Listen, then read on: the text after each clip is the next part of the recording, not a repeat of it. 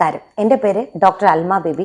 ഞാൻ Kasaragod Aster MIMS hospital obstetrics and gynaecology department JR ആയിട്ട് work ചെയ്യുന്നു.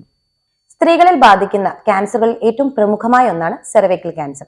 ഇന്ന് നമ്മളോട് ഇതിനെപ്പറ്റി വിശദീകരിക്കാൻ കാസർഗോഡ് ആസ്ട്രോമിംസിലെ ഗൈനക്കോളജി ഡിപ്പാർട്ട്മെന്റ് കൺസൾട്ടന്റ് ആയ ഡോക്ടർ ദീപ മാധവൻ ചേരുന്നുണ്ട്. മാം, ഈ സെർവിക്കൽ ക്യാൻസറിനെ കുറിച്ച് ഒന്ന് വിശദീകരിച്ച് പറയാമോ? ഈ ലോകമെമ്പാടുമുള്ള ലക്ഷക്കണക്കിന് സ്ത്രീകളെ ബാധിക്കുന്ന ക്യാൻസറുകളിൽ ഒന്നാണ്. അതായത് സ്ത്രീകളിൽ ബ്രസ്റ്റ് ക്യാൻസർ കഴിഞ്ഞു കഴിഞ്ഞാൽ ഏറ്റവും കൂടുതൽ കാണപ്പെടുന്ന ക്യാൻസറുകളിൽ ഒന്നാണ് സർവൈക്കൽ ക്യാൻസർ. സർവൈക്കൽ ക്യാൻസർ അഥവാ ഗർഭാശയഗള ക്യാൻസർ സ്ത്രീകളിൽ ഏറ്റവും കൂടുതൽ ബ്രസ്റ്റ് ക്യാൻസർ കഴിഞ്ഞാൽ ഏറ്റവും കൂടുതൽ കാണപ്പെടുന്ന ക്യാൻസറുകളിൽ ഒന്നാണ്. പക്ഷേ നമുക്ക് ഇന്ന് അത് വളരെ നേരത്തെ കണ്ടുപിടിക്കാനും അല്ലെങ്കിൽ വരുന്നതിന് മുമ്പ് തിരിച്ചറിയാനും അതുപോലെ അത് പ്രിവെൻറ്റ് ചെയ്യാനുമുള്ള മാർഗങ്ങൾ ഉണ്ട്. പക്ഷേ നമ്മുടെ സമൂഹത്തിൽ ഇതിനെക്കുറിച്ച് അത്ര ഒരു അവയർനെസ് ഇല്ല. അത് കാരണം തന്നെ പലപ്പോഴും സ്ത്രീകൾ ഈ രോഗത്തിൻ്റെ ഒരു മൂർധന്യാവസ്ഥയിലാണ് ചികിത്സയ്ക്ക് എത്തുന്നത്. മാം പറഞ്ഞത് വളരെ ശരിയാണ്. ഈ സെർവിക്കൽ ക്യാൻസറിന്റെ പ്രധാന ലക്ഷണങ്ങൾ എന്ന് പറയുന്നത് ബന്ധപ്പെടുന്ന സമയത്തുണ്ടാകുന്ന രക്തസ്രാവം, അല്ലെങ്കിൽ ആർത്തവ സമയത്തല്ലാത്ത രക്തസ്രാവം, ഒപ്പം തന്നെ മോശം ഗന്ധത്തോടെയുള്ള വെള്ളപ്പോക്കൊക്കെയാണ്. ഈ ലക്ഷണങ്ങൾ ഒന്നും കാണുന്നില്ലെങ്കിൽ തന്നെ സെർവിക്കൽ ക്യാൻസർ ഉണ്ടോ ഇല്ലയോ എന്ന് തിരിച്ചറിയാൻ എന്തെങ്കിലും മാർഗമുണ്ടോ മാം? തീർച്ചയായും നമുക്ക് ഈ രോഗലക്ഷണങ്ങളൊന്നും ഇല്ലാതെ തന്നെ സെർവൈക്കൽ ക്യാൻസർ വരാനുള്ള സാധ്യതയുണ്ടോ എന്നറിയുന്ന ഒരു ടെസ്റ്റാണ് പാപ്സ്മിയർ ടെസ്റ്റ്. വളരെ ലളിതമായിട്ടുള്ള ഒരു ടെസ്റ്റാണിത്. നമ്മുടെ ആശുപത്രിയിൽ അവൈലബിൾ ആണ്.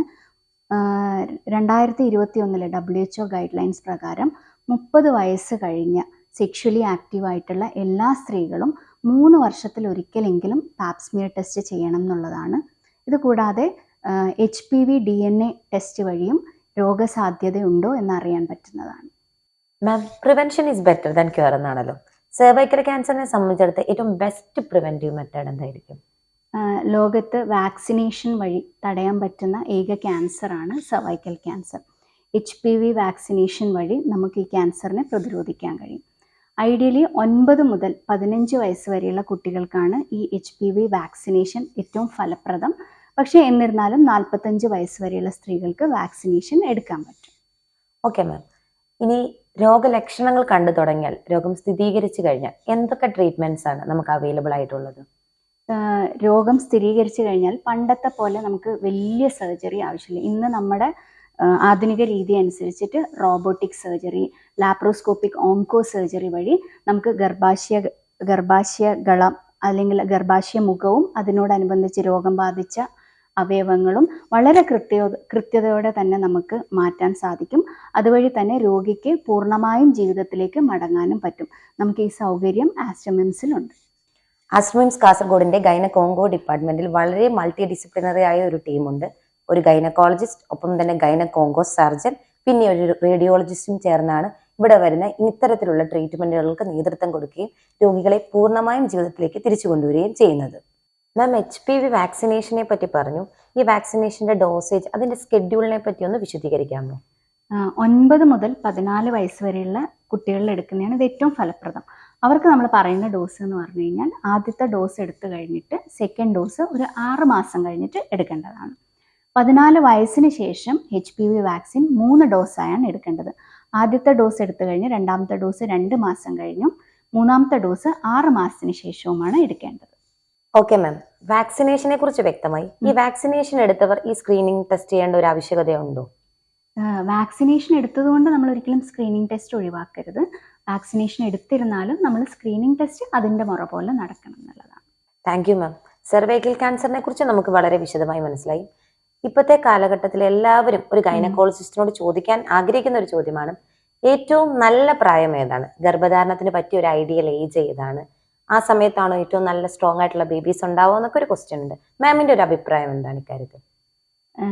ഗർഭധാരണത്തിന് നമ്മൾ ഐഡിയൽ ഒരു ഏജ് എന്ന് പറയുന്നതിനേക്കാളും ഒരു സ്ത്രീ മാനസികമായിട്ടും ശാരീരികമായിട്ടും തയ്യാറെടുത്തതിന് ശേഷം ഒരു അമ്മയാവുക എന്നാണ് നമ്മൾ പറയുന്നത്.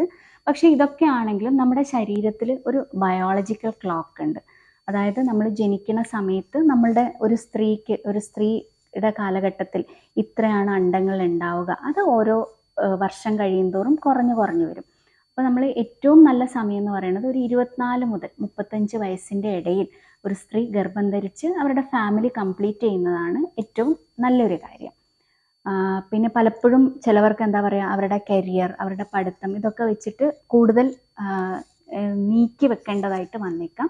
അങ്ങനെയുള്ള ഇന്നത്തെ ആധുനികമായിട്ടുള്ള ചികിത്സാ രീതികൾ എന്ന് പറഞ്ഞാൽ ഊസൈറ്റ് പ്രിസർവേഷൻ എന്ന് പറഞ്ഞ അണ്ഡം നമുക്ക് ശീതീകരിച്ച് വെക്കാനുള്ള സംവിധാനങ്ങളും നിലവിലുണ്ട് എന്നുള്ളതാണ്. മാം, ഒപ്പം തന്നെയുള്ളതാണ് ഇപ്പോഴത്തെ കുട്ടികളിൽ, പെൺകുട്ടികളിൽ മെയിൻലി കാണപ്പെടുന്നതാണല്ലോ PCOS എന്ന് പറഞ്ഞൊരു രോഗം. ഭക്ഷണക്രമം കൊണ്ട് ശരീരത്തിന് വണ്ണം വെക്കുന്നു, ഇങ്ങനത്തെ കുറെ ബുദ്ധിമുട്ടുകൾ അവർ അനുഭവിക്കുന്നുണ്ട്. ഇതിനെപ്പറ്റി കൂടി ഒന്ന് വിശദീകരിക്കാമോ? എനിക്ക് തോന്നുന്നു നമ്മൾ പണ്ടത്തെ ഒക്കെ ഇത് വെച്ച് നോക്കുമ്പം ഇന്ന് നമുക്കെല്ലാം നമ്മുടെ കയ്യെത്തും ഇതിൽ ലഭ്യമാണ്. അപ്പോൾ PCOSന്റെ മെയിൻ ഒരു റീസൺ എന്ന് പറയുന്നത് നമ്മുടെ ലൈഫ് സ്റ്റൈൽ, നമ്മുടെ ജീവിത രീതി കൊണ്ട് വരുന്ന ഒരു ഹോർമോണൽ ഇംബാലൻസ് ആണ്. അതിന് ഏറ്റവും ആദ്യം ചെയ്യേണ്ടതെന്ന് പറഞ്ഞാൽ നമ്മുടെ ആ ഒരു സെഡൻഡറി ആയിട്ടുള്ള ലൈഫ് സ്റ്റൈൽ മാറ്റുക എന്നുള്ളതാണ് ഏറ്റവും ചെയ്യേണ്ടത്. നമ്മളിപ്പം നമ്മുടെ എന്താ പറയുക, നമ്മുടെ ഫുഡ് ഹാബിറ്റ്സ്, നമ്മൾ വ്യായാമമൊന്നും ഇല്ലാത്തുള്ള ഒരു ജീവിത രീതി, അതൊക്കെ മാറ്റിയാൽ തന്നെ ഏകദേശം പകുതിയിലധികം നമുക്കിത് കൺട്രോളിൽ വരുത്താൻ പറ്റും. ബാക്കി നമുക്കത് ശരിയാവുന്നില്ല എന്നുണ്ടെങ്കിൽ ആണ് വൈദ്യസഹായം തേടേണ്ടത്. ഏറ്റവും ലാസ്റ്റായി ഈ സെർവിക്കൽ ക്യാൻസർ അവയർനെസ് മന്തിൽ എന്താണ് മാം നമ്മളോട് പറയാനുള്ളത്? തീർച്ചയായും ഇവിടെ നമുക്ക് ഭയമല്ല, ജാഗ്രതയാണ് വേണ്ടത്. കൃത്യമായിട്ടുള്ള പാപ്സ്മിയർ ടെസ്റ്റ് വഴിയും അതുപോലെ HPV വാക്സിനേഷൻ വഴിയും സെർവൈക്കൽ ക്യാൻസർ ഇല്ലാത്ത ഒരു കേരളത്തെ നമുക്ക് കെട്ടിപ്പടുക്കാം. ഒത്തിരി നന്ദി ദീപ മാം. ഒപ്പം തന്നെ നിങ്ങളുടെയും നിങ്ങളുടെ സുഹൃത്തുക്കളുടെയും നിങ്ങളുടെ സഹചാരികളുടെയും സന്തോഷത്തിനും നല്ലൊരു ഭാവിക്കും വേണ്ടി ഒരു പാപ്സ്മിയർ ടെസ്റ്റ് അല്ലെങ്കിൽ ഒരു വാക്സിനേഷനായി ഇന്ന് തന്നെ ബുക്ക് ചെയ്യാൻ ശ്രദ്ധിക്കുമല്ലോ. ഭയമല്ല, ജാഗ്രതയാണ് വേണ്ടത്. 9 വയസ്സിന് ശേഷമുള്ള എല്ലാ പെൺകുട്ടികൾക്കും HPV വാക്സിനേഷൻ ലഭിച്ചു എന്ന് ഉറപ്പാക്കേണ്ടത് നമ്മുടെ കടമയാണ്. വാക്സിനേഷനും കൃത്യമായ പരിശോധനകളും വഴി സർവൈക്കൽ ക്യാൻസർ ഇല്ലാത്ത ഒരു കേരളത്തെ നമുക്ക് കെട്ടിപ്പടുക്കാം. നിങ്ങളുടെ എല്ലാ സംശയങ്ങളും ഇപ്പോൾ തീർന്നിട്ടുണ്ടാവില്ല. മറ്റ് സംശയ നിവാരണത്തിനും വൈദ്യസഹായത്തിനുമായി 24/7 വർക്ക് ചെയ്യുന്ന ഗൈനക്കോളജി ആൻഡ് ഗൈനക് ഓങ്കോ ഡിപ്പാർട്ട്മെന്റിനായി ആസ്ട്രോ മിംസ് കാസർഗോഡുമായി ബന്ധപ്പെടുക.